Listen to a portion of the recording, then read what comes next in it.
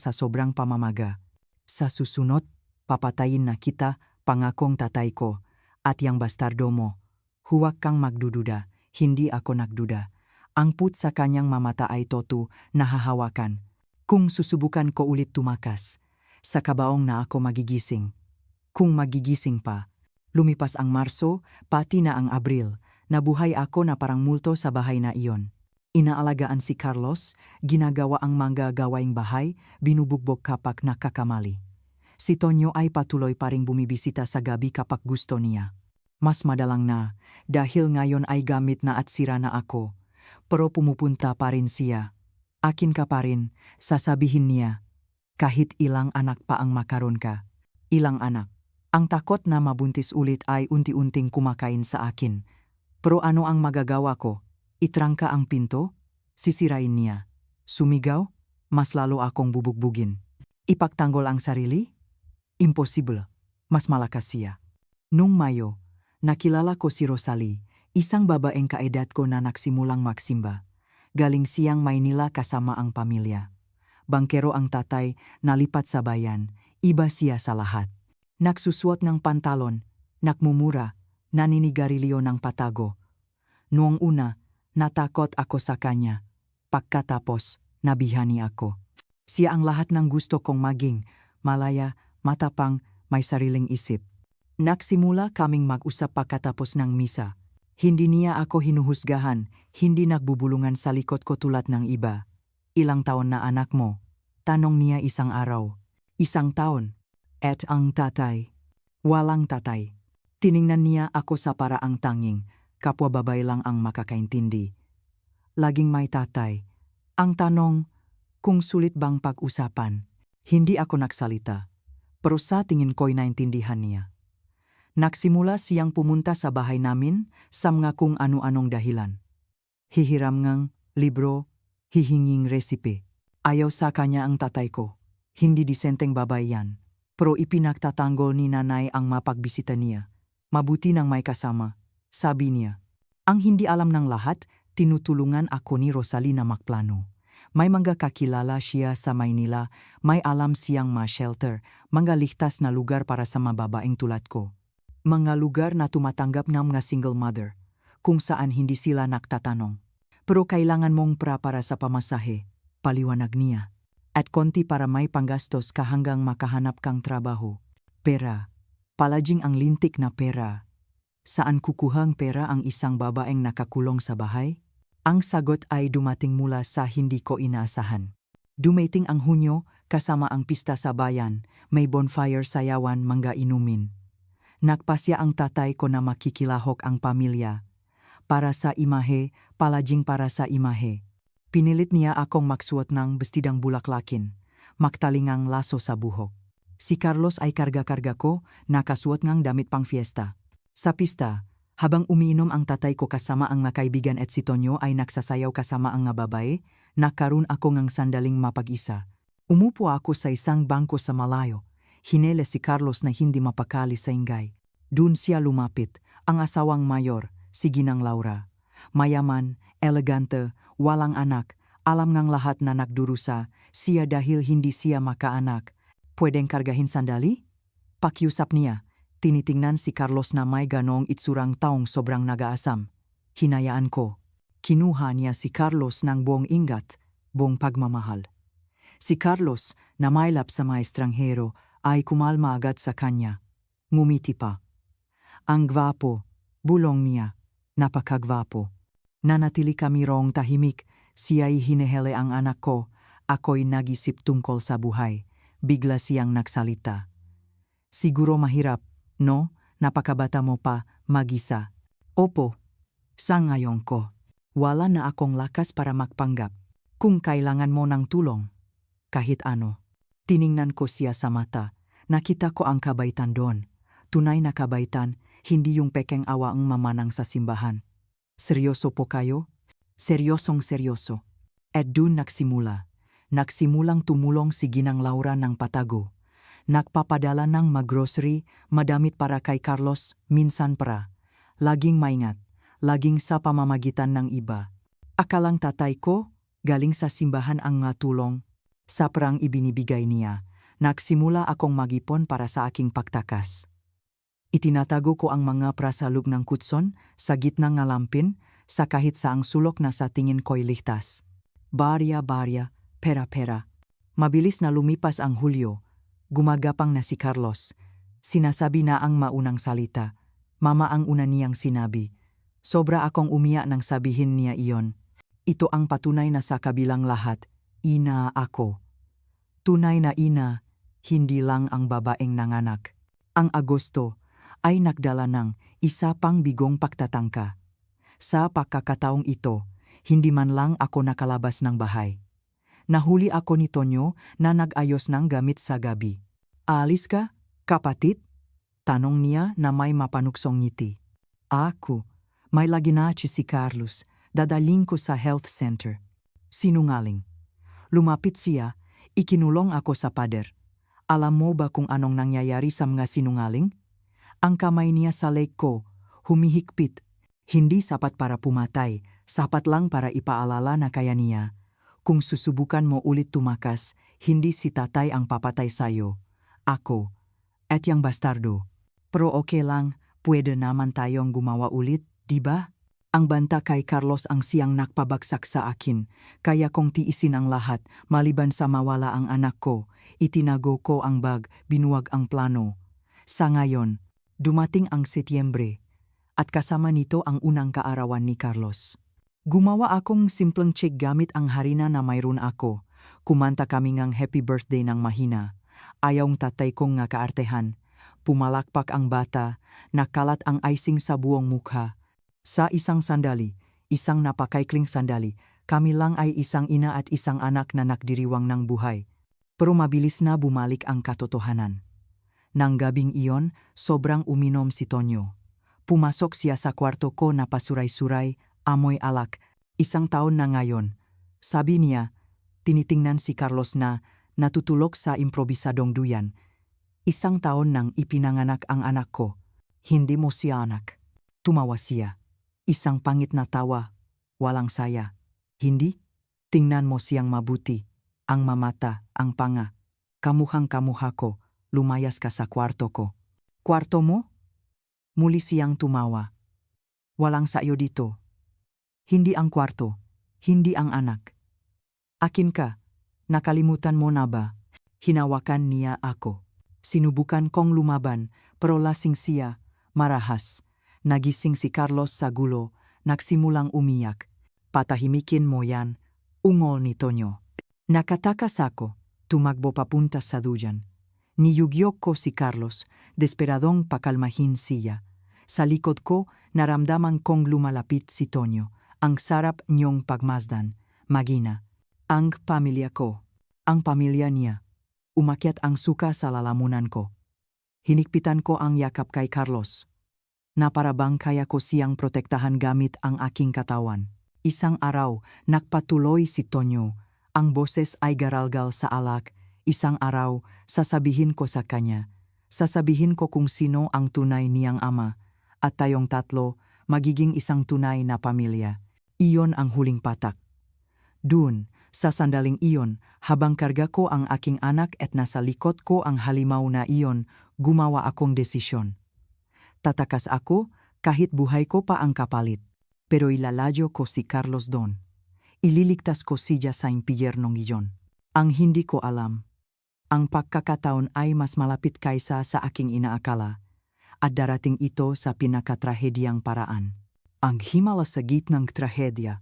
Nagsimula ang Oktubre ng kakaiba. Ang tatay ko ay kakaiba. Mas tahimik, hindi na masyadong umiinom. Noong una, akala ko'y guni-guni ko lang, pero napansin din ni nanay. Kakaiba si Jomar, komento niya, isang araw habang nahuhugas ng pinggan. Laging pagod, walang ganang kumain. Totoo iyon. Ang lalaking dati parang toro sa lakas at kalupitan ay tila nang hihina. Naninilaw ang balat, malalim ang mga mata. Pero walang nagsasalita. Sa aming bahay, ang pagpapakita ng pag-alala ay senyales ng kahinaan. Isang umaga ng Oktubre, nagbago ang lahat. Nagising ako sa masigaw mula sa kwarto ng aking mamagulang. Tumatakbo akong pumunta doon, karga-karga si Carlos. Nakahandusay sa sahig ang tatay ko. Nangingisay, may bumubula sa bibig, naninigas ang buong katawan. Si nanay ay nakaluhod sa tabi niya. Sinusubukang hawakan siya. Tumawag kan tulong, siga niya. Lumitaw si Tonyo, takot na takot. Sa unang pagkakataon sa buhay ko, nakita ko ang tunay na takot sa kanyang mga mata. Tumakbo siya para tawagin ang parmasyutiko. Siya ang pinakamalapit sa doktor na mayroon kami noon. Pero huli na ang lahat. Nang dumating si Mang Firmo dala ang kanyang gamitan, huminto na sa pagbula ang bibig ng tatay ko, huminto na sa pagkilos, huminto na sa paghinga. Atake sa puso, sabi ng parmasyutiko. Biglan. Wala nang magagawa. Patay na. Patay na ang tatay ko, ang lalaking nagpahirap sa akin sa buong buhay ko, ang nagpahintulot sa lahat ng pang-abuso, ang tumawag sa aking puta at malandi. Patay. Doon sa sahingang kwarto, nakapajama at sinalas. Dapat ay may maramdaman ako. Lungkot, ginhawa, kahit ano. Pero wala akong naramdaman kundi kawalan. Isang malaking kawalan na parabang isang pabigat na matagal ko nang dala-dala ay biglang nawala at hindi ko alam kung paano maglakad nang wala ito. Ang burol ay ginanap ng hapong iyon din. Sa isang maliit at mainit na bayan, hindi ka maaring maghintay na punong ng tao ang bahay. Mga kamag-anak na hindi ko pa nakikita, mga kaibigan sa inuman, mga kasamahan sa munisipyo. Lahat ay nagluluksa, lahat ay nakukunwaring isang mabuting tao si Jomar Razon. Mahigpit pro makatarungan, sabi nila. Inalagaan ang pamilya. Masipag, tapat, mga kasinungalingan, pero mga kasinungalingang mas gustong paniwalaan ng lahat. Si Tonyo ang naging lalaking bahay sa isang iglap, tumatanggap ng makapakikiramay, nag-ayos ng libing, gumagawa nga desisyon, nakita ko sa mukha niya ang pagmamalaki sa pag-ako sa pwestong ama. Ang bagong amo, ang bagong may-ari. Sa sementeryo, habang pinapanut kong ibinababa ang kabaong, doon ko naintindihan. Ang pagkamatay ng tatay ko ay nangangahulugan ng isang bagay. Isang pagkakataon. Marahil ang kaysa, isang pagkakataon na makakaroon ako. Ang lalaking nakulong sa akin, nagbabantang papatayin ako kung tatakas ako, ay wala na. Tiningnan ko si Tonyo sa kabilang paning hukay, inaalalayan niya ang nanay ko, ginagampanan ang papel ng isang tapat na anak. Ngunit naktakpo ang aming nga mata, at sa gitna ng pagluluksa, ngang lahat ng teatro, ngumiti siya. Isang maliit, maingat na ngiti, para lang sa akin. Ang ngiting iyon ay nagsabing lahat. Ako na ang masusunod ngayon, mas lalo ka ng akin ngayon. Pero hindi niya alam. Hindi niya alam na sa eksaktong sandaling iyon, habang pinapanot kong bumaksak ang lupa sa kabaong ng aking ama, pinaplano ko ang aking kalayaan. Ang aming kalayaan, ni Carlos at akin. Ang pagkamatay ng tatay ko ay hindi isang trahedya. Ito ay isang himala. Ang himalang matagal ko nang ipinagdasal. Ang daan patungong kalayaan. Ang maunang araw pagkatapos ng libing ay magulo. Mataong pumapasok at lumalabas ng bahay, nagdadala ng pagkain, nakikiramay. Ang nanay ko ay naglalakad sa bahay na parang kaluluwang ligaw, hindi alam ang gagawin ng walang asawang mag-utos sa kanya. Si Tonyo naman ay abala, ginagampanan ang pagiging punong pamilya, tinatanggap ang nga papeles ng mana, pumipirma ngang nga dokumento. Pero hindi ako nagsayang ng oras. Habang abala sila sa burokrasyang kamatayan, pinlano ko ang buhay. Dumating si Rosalie sa ikatlong araw na may ganong kilos na parang wala siyang pakialam sa mga kombensyon. O, ano? Gagamitin mo na ba ang pagkakataon? Tiningnan ko si Carlos na naglalaro sa sahig. 14 na buwan na, naglalakad na gamit ang kanyang manapaang nanginginig, nagsasalita ng manasalitang hiwa-hiwalay. Ang aking maganda at matalinong anak na karapat-dapat sa mas mabuti kaysa sa isinumpang bahay na iyon. Oh, pero kailangan kong maging matalino. Kailan? Agad. Bago niya tuluyang angkinin ang lahat. Simple lang ang plano. Hintayin ang pagbabasa ang testamento. Kunin ang aking parte dahil bilang anak ay may karapatan ako. At maglaho. Nakausap na ni Rosalie ang isang pinsan sa Maynila na nagpapaupang mga kwarto sa mga babae. Hindi perpekto, pero isang simula. Ang problema ay nagsimula ng basahin ng abogado ang testamento. Oo, may testamento ang tatay ko. At hulaan niyo, iniwan niya ang lahat sa anak na lalaki. Lahat, ang bahay, ang lupa, ang ipon. Para sa amin ni nanay, ang karapatan lang na manirahan doon habang pinahihintulutan ni Tonyo. Hindi yan makatarungan. Sa wakas ay nakaroon ng lakas ng loob si nanay na magreklamo. Nakibit balikat lang ang abogado. Pinapayagan po iyang ang batas. Maaring ipamahagi ngang asawa ninyo ang kanyang maari-arian ayon sa kanyang kagustuhan. Nakita ko ang ngiting tagumpay sa mukha ni Tonyo. Ngayon, opisyal na. Siya ang may-aring lahat. Ng lahat ng tao. Akin. Nang gabing iyon, habang nakahiga sa kama at natutulog si Carlos sa tabi ko, bumalik ang desperasyon. Walang pera, paano ako tatakas?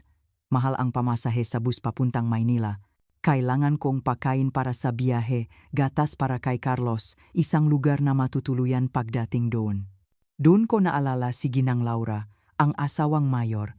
Sinabi niyang tutulong siya kung kailangan ko. Valid pa kaya ang alok? Kinabukasan, nakdahilan akong kailangang pumunta sa botika para bumili ng gamot para kay Carlos. Kasinungalingan, pero hinayaan ako ni nanay.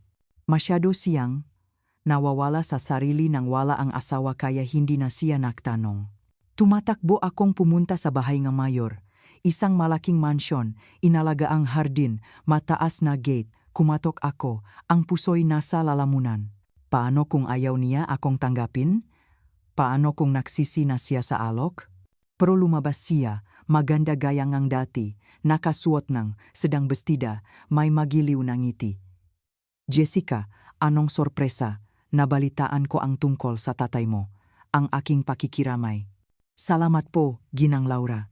Ako, kailangan ko po kayong makausap. Nakita niya ang desperasyon sa aking mukha. Pumasok ka, iha, mag-usap tayo. Sa marangyang sala, habang karga ko si Carlos na namamangha sa mapalamuting kristal, ikinuwento ko ang lahat. Hindi ang mamaruruming detalye, wala pa akong lakas para doon kundi ang esensyal. Na kailangan kong umalis sa bahay na iyon, na wala akong mapupuntahan, na natatakot ako para sa kinabukasan ng aking anak. Nakinig siya ng tahimik. Nang matapos ako, bumuntong hininga siya. Hinala ko na nga, sa maliit na bayan, laging may hinala ang matao. Pero wala akong pruweba. Hindi ko alam kung paano tutulong. Ngayon po, pwede na. Pakiusapo. Kailangan ko lang ng para sa pamasahe para makapagsimulang muli. Nag-isip siya. Pagkatapos ng ilang sandali na parang walang katapusan, nagsalita siya. May mas maganda akong magagawa. May kaibigan ako sa Quezon City, may aringang isang maliit na paupahan. Kailangan niyang tulong sa kusina. Nag-aalok ng kwarto at pagkain. Hindi malaki, pero marangal na trabaho at ligtas na lugar. Quezon City, malayo, sapat na para hindi na muling makita si Tonyo. Ang puso ko'y tumalon sa pag-asa. Tinatanggap ko po. Kahit ano, tatawagan ko siya ngayon din. At ang pamasahe, ituring mo ng regalo. Halos mayak ako sa pasasalamat, pero hindi pa tapos si Ginang Laura. May isang kondisyon, Jessica. Aalis ka at hindi ka na babalik. Huwag kang susulat. Huwag magpapadala ng balita. Putulin mo ang lahat ng ugnayan para sa kaligtasan mo at para sa akin. Hindi maaring malaman ng asawa ko na tumulong ako. Naintindihan mo? Naintindihan ko. Siyempre. Hindi magugustuhan ng mayor na malaman na tinulungan ng asawa niya ang ligaw na tupangang bayan na tumakas. Maaring makasira sa reputasyon ng pamilya. Pangako po, walang sinuman ang makakaalam. Umalis ako roon na magaan ang puso sa unang pagkakataon sa loob ng maraming taon. May plano ako, may tulong, may pag-asa. Kailangan ko lang kumilos ng mabilis bago may mapansin si Tonyo. Ang mga sumunod na araw ay maingat na paghahanda. Inihanda ko ang mga mahahalagang damit para kay Carlos, mga dokumento, ang kaunting perang na itago ko. Lahat ay kasya sa isang maliit na bag. Ang buong buhay sa isang bag. Tumulong si Rosalie sa abot ng kanyang makakaya. Nalaman niya ang maoras ng bus, ang pinakamagandang ruta, kung saan hihinto. Tinuruan niya akong gumamit ng telepono sa publiko, kung paano magtanong ng direksyon mga simpleng bagay na hindi ko kailanman kinailangang malaman. Sa siyudad, iba, paliwanag niya. Kailangan mong maging listo. Huwag magtiwala sa kahit sino. Dumating ang itinakdang petsa. Nobyembre 3, 1966. Alis ang bus ng alas 4 ng umaga. Ipinadala ni Ginang Laura ang pera para sa pamasahe kay Rosalie kasama ang isang sulat ng rekomendasyon para sa kaibigan niya sa Quezon City. Kinagabihan, halos hindi ako nakatulog. Tinitingnan ko si Carlos, sinasaulo ang bawat detalye. Ang kanyang kayumangging buhok, ang kanyang maliit na ilong, ang kanyang mamabilok na kamay. Ang anak ko, ang aking kayamanan, na makikita ang mundo sa labas ng 4 na sulok na iyon. Alas 3 ng umaga, dahan-dahan akong bumangon. Binihisan ko si Carlos habang tulog pa, kinuha ko ang bag, nag-antanda ng krus. Tahimik ang bahay, mahinang humihilik si nanay sa kanyang kwarto. Si Tonyo ay umalis. Biyernes, araw ng kasiyahan sa beer house ng bayan. Naglakat ako sa sala ng dahan-dahan. Bawat langit ng sahig ay parang kulok. Gumalaw si Carlos sa aking kandungan, umungol. Niugyo ko siya ng mahina. Halos nasa pinto na ako nang marinig ko. Alis ka na nga. Nanigas ako. Dahan-dahan akong lumingon. Nakatayo si nanay doon sa may pintongang kusina. Nakasuot ng lumang duster, magulo ang buhok, pulang-pula ang mga mata sa pagiyak. Nay, alam ko. Palagi kong alam ang lahat. Ang boses niya ay isang basak na bulong. Pero hindi ako nakaroon ng lakas ng loob. Ang tatay mo, takot ako. Bakit hindi niyo ako prinotektahan? Ang tanong ay lumabas bago ko pa napigilan. Taon nang sama ng loob sa isang pangungusap. Yumuko siya. Dahil duwag ako, palagi akong duwag. Pero ikaw hindi. Matapang ka, Jessica, mas matapang kaysa sa akin. Nakatinginan kami sa dilim. Ina at anak. Dalawang makaibang tadhana. Umalis ka na, sabi niya sa wakas. Umalis ka na at huwag kang lilingon. Alagaan mo ang batang yan. Ibigay mo sa kanya ang buhay na nararapat sa iyo. Lumapit ako. Hinalikan ko ang kanyang pisngi. Kulubot na balat, amoy sabong perla, lasang luha, paalam nay. Paalam, anak ko. Lumabas ako ang pinto nang hindi lumilingon. Ang lamingang madaling araw ay matalim. Yumakap si Carlos sa aking dibdib, bumalik sa pagtulog. Mabilis akong naglakad sa maabandonadong kalye. Bawat hakbang ay naglalayo sa akin sa bahay na yun, sa buhay na yun, sa banggungot na yun. Maliit at madilim ang istasyon ng bus. Nandun na si Rosalie. Tapat hanggang sa huli. Akala ko hindi ka nadarating. Muntik na, si nanay. Alam niya. Palagi niyang alam. Tumango si Rosalie. Sa pagitan ng mga babae, may mga bagay na hindi na kailangang sabihin. Dumating ang bus, umuusok. Kinuha ang driver, isang matabang lalaki, ang aking tiket nang hindi tumitingin. Quezon City? Mahabang biyahe yan. 18 oras? Kung hindi masisiraan, 18 oras. Halos isang buong araw na naglalayo sa akin sa impyerno, naglalapit sa akin sa hindi ko alam kung ano.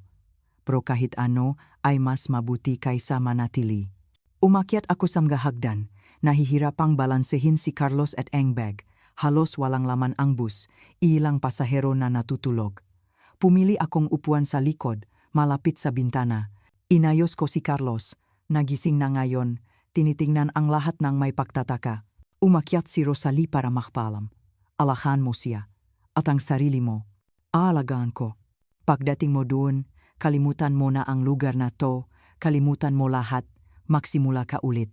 Gaano kadali iyon? Hinawakan niya ang aking kamay. Hindi madali. Pero kailangan. Karapat-dapat kang maging masaya? Jessica, kayong dalawa. Bumusi na ang driver. Tara na, may biyahe pa tayo. Tumatakbong bumaba si Rosalie. Kumakaway mula sa kalsada habang umaandar ang bus. Kumaway ako pabalik.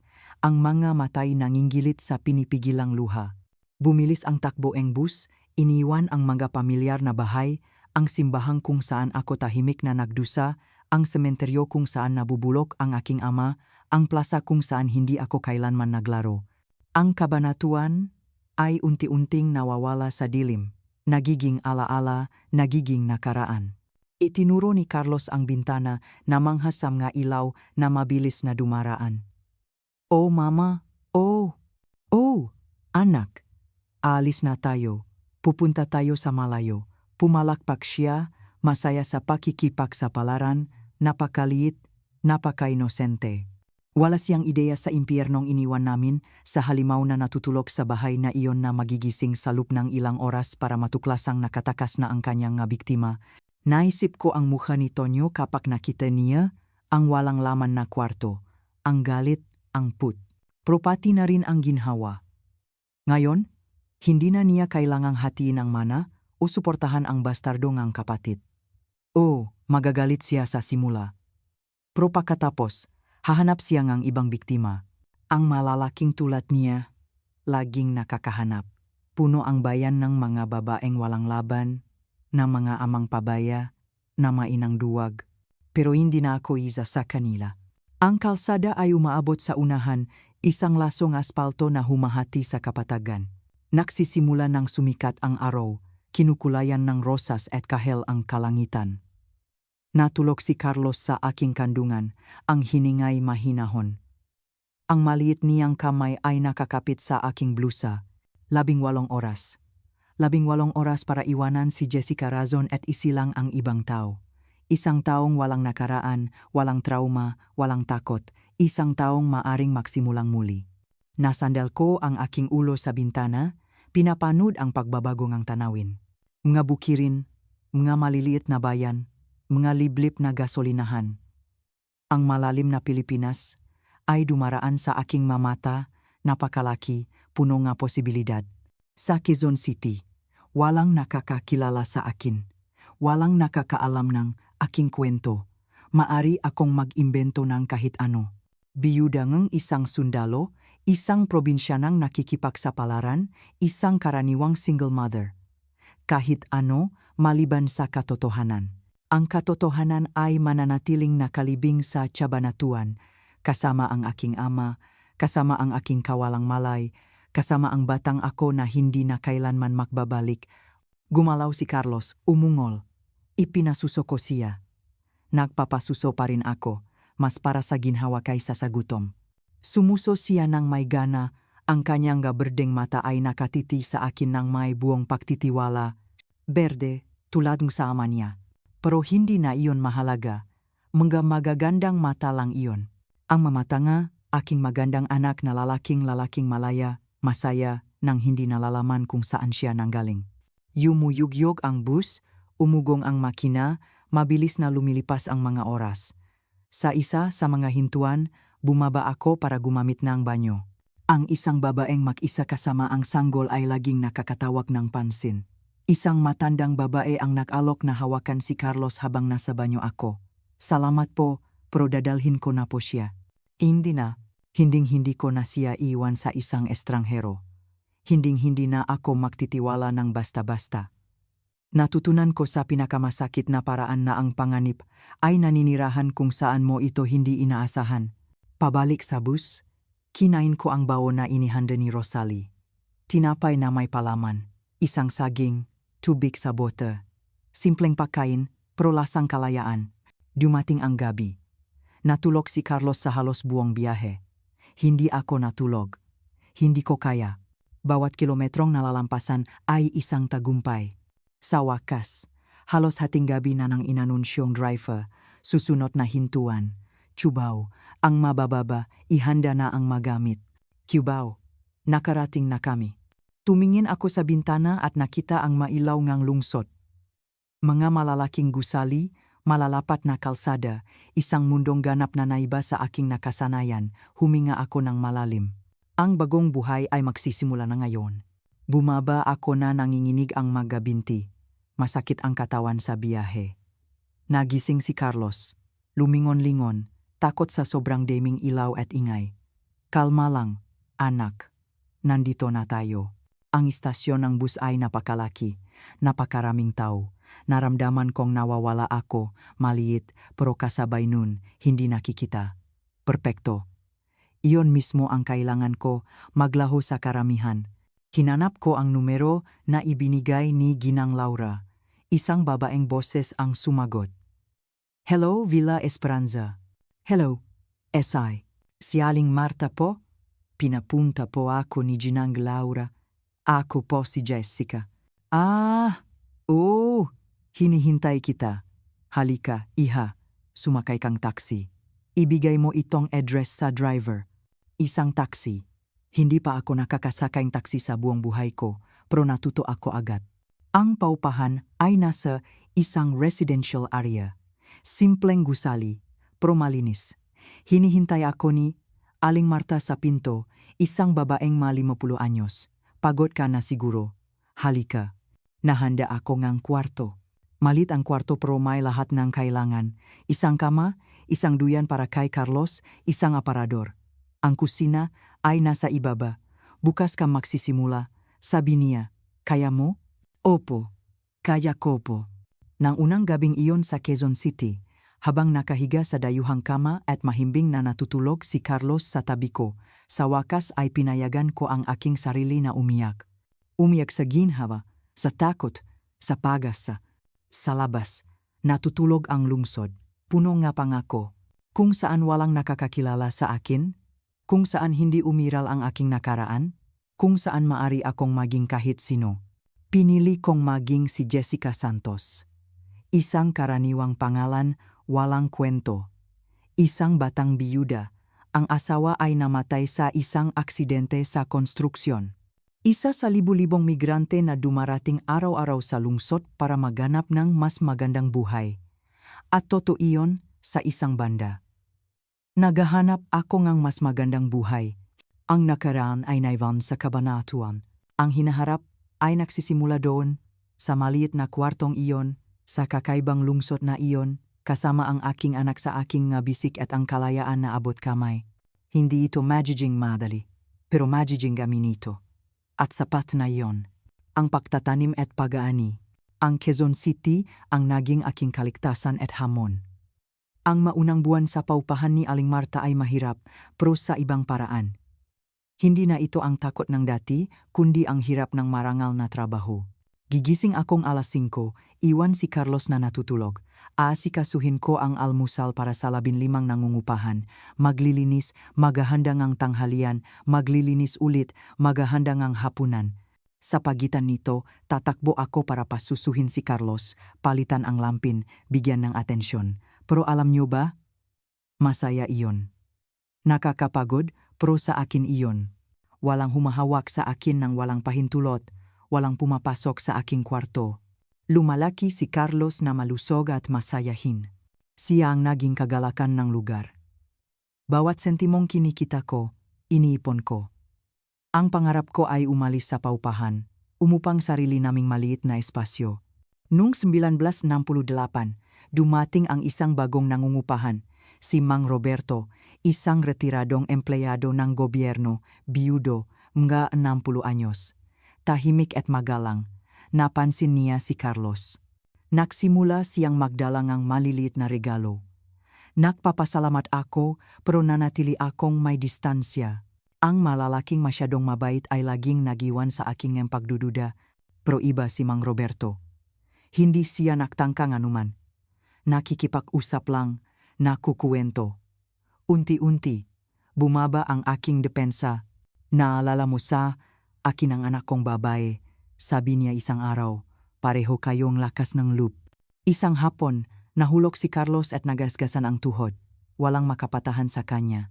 Lumitaw si Mang Roberto na may dalang first aid kit.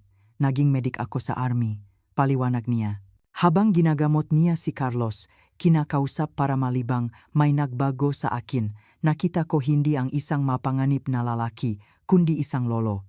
Lumago ang aming pagkakaibigan. Isang araw, ginawa niya ang alok. Jessica, may bahay ako sa project. 4. Walang nakatira mula nang mamatay ang asawa ko. Masyadong malaki para sa akin. Bakit hindi kayo ni Carlos doon tumira? Hindi ito pabor. Alagaan mo ang bahay, magluluto ka, at babayaran kitang tamang sahot? Isang bahay. Tila napakaganda para maging toto. Pero anong sasabihin ng mataw? Tumawa siya. Hayaan mo sila. Masyado na akong matanda para intindihin ang sismis. Kailangan mo ng bahay, kailangan kong kasama. Negosyo ito, hindi romansa. Nag-isip ako ng husto. Kinausap ko si Aling Marta na sumangayon agad. Mabuting tao si Roberto, Jessica. Tinanggap ko. Noong Marso 1969, lumipat kami. Ang bahay ay simple pero maluwag. Nakaroon si Carlos ng sariling kwarto sa unang pagkakataon. Inampon niya si Mang Roberto bilang kanyang lolo. Lolo Beto, tawag niya. Siya ang nagturo kay Carlos na magbisikleta, ang nagdala sa parke sa unang pagkakataon. Habang pinapanood ko silang dalawa, sumisikip ang dibdib ko. Ito dapat ang pamilya. Pagmamahal na walang malisya, pag-alaga na walang kapalit. Lahat ng kulang sa aking pagkabata, natatanggap ng anak ko. Noong 1970, nagkasakit si Mang Roberto. Problema sa puso. Nagsimula akong alagaan siya ng mas malapit. Isang hapon sa ospital. Hinawakan niya ang aking kamay. Jessica, may hihilingin ako sa iyo. Kung may mangyari sa akin, gusto kong manatili ka sa bahay. Ikaw at si Carlos. Inayos ko na ang mga papeles. Umiyak ako. Hindi dahil sa pera o sa bahay, kundi sa kilos. May isang taong nakakakita, sa akin bilang tao, hindi bilang bagay. May isang taong gustong protektahan ako, hindi gamitin. Gumaling si Mang Roberto, pero umina. Natutulog ako sa katabing kwarto para marinig kung kailangan niyang tulong. Si Carlos ay natutulog sa pagitan naming dalawa. Noong 1971, ipinasok ko si Carlos sa eskwelahan. 5 taong gulang. Nay, bakit wala akong tatay? Tanong niya isang araw. Nanlamig ako. Alam kong darating ang tanong, pero hindi ako handa. Namatay ang tatay mo, anak, nung baby ka pa. Paano po siya namatay? Aksidente. Sa trabaho. Mabait po ba siya? Huminga ako ng malalim. Oo, anak, mabait siya. Isang kasinungalingan, pero may mga kasinungalingang kailangan. Ang bunga, ang pagsisikap. Lumipas ang mga taon. Pumanaw si Mang Roberto noong 1973, payapa sa kanyang pagtulog. Iniwan niya sa amin ang bahay, gaya ng kanyang ipinangako. Ang kanyang mga anak ay nagalit, inakusahan akong manggaganso, pero nasa ayos ang mga papeles. Sa unang pagkakataon sa buhay ko, mayroon akong sarili. Isang bahay, katatagan, isang kinabukasan. Nagtrabaho ako sa isang karinderya, pagkatapos ay bilang janitor sa gabi, kailangan para sa kinabukasan ni Carlos. Lumaki siyang matalino at masipag. Noong 1978, nakapasa siya sa UP para sa kursong civil engineering. Gaya ni tatay, sabi niya, ang tatay, ang katang-isip na bayani na nilikha ko para protektahan siya. Noong 1981, ikinasal siya kay Claudia, isang kaklase, isang magandang seremonya. Ako lang ang pamilya sa paningang lalaki. Nasaan po ang makamag-anak niyo? Aling Jessica? Tanong nila. Wala na po. Patay na silang lahat. Isa pang kalahating katotohanan. Patay na sila para sa akin. Noong 1982, isinilang ang una kong apo, si Maria Clara. Pagkatapos ay si Juan Roberto noong 1984, ipinangalan kay Lolo Beto. Itinayo ni Carlos ang kanyang sariling pamilya, ang kanyang sariling buhay, masaya at matatag. Minsan, sa mga pagtitipon ng pamilya, titingin ako sa paligid. Masaganang hapag, mataong nagtatawanan, mga batang naglalaro. Isang normal, ordinaryong, pinagpalang buhay. Walang sinuman ang makakaisip. Hinding-hindi nila malalaman, at ganun dapat. At heto ako ngayon, 73 anyos na. Ang mga buhok ko'y puti na, ngunit ang mga alaala ay matingkat pa rin. Si Carlos ay isa ng matagumpay na inhinyero, lolo na rin. Ang kanyang mga anak ay may sarili na ring mapamilya. Minsan, tinatanong akong apo ko sa tuhod, si Alice, Lola, bakit hindi mo isulat ang kwentong buhay mo? Halos mabilawkan ako. Anong kwento, apo? Ang buhayng lola ay walang gaanong aksyon. Kasinungalingan bilang satu. Pero may makwentong hindi para ibahagi. Para sila ilibing, kalimutan, burahin. Para ang masusunod na henerasyon ay makapagsulat ng sarili nilang malinis na pahina. Ngayon, sa pag-record ni video na ito. Ikinukwento ko ito sa unang pagkakataon. Bakit ngayon? Siguro dahil naubos na ang oras. Siguro dahil kailangang marinig ng ibang mga babae. Siguro dahil nakakapagod magtago ng lihim. Kung nakarating ka hanggang dito, salamat sa pakikinig. Alam kong mabigat, alam kong masakit, pero kailangang sabihin. Maraming Jessica diyan nakakulong sa kanilang sariling impyerno, iniisip na walang paraan para makatakas. Mayroon. Laging mayroon.